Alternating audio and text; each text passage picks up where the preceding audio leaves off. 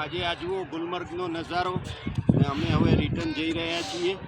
ગુલમર્ગ અમારે લગભગ 3 કલાક વિતાવ્યા. સરસ મજાનું વાતાવરણ હતું અને ત્યાંથી ને હવે અમે પાછા જઈ રહ્યા છીએ. કેમેરામેન પ્રજ્ઞા પટેલ છે અમારે. ખૂબ ખૂબ આભાર. મજા આવે એવી છે ગુલમર્ગ. એક વખત હવાએ જુઓ, આ સામેના પહાડો જુઓ તમે, આખા સફેદ બરફની ચાદરોથી ઢંકાયેલા. સરસ મજાનો નજારો. થોડું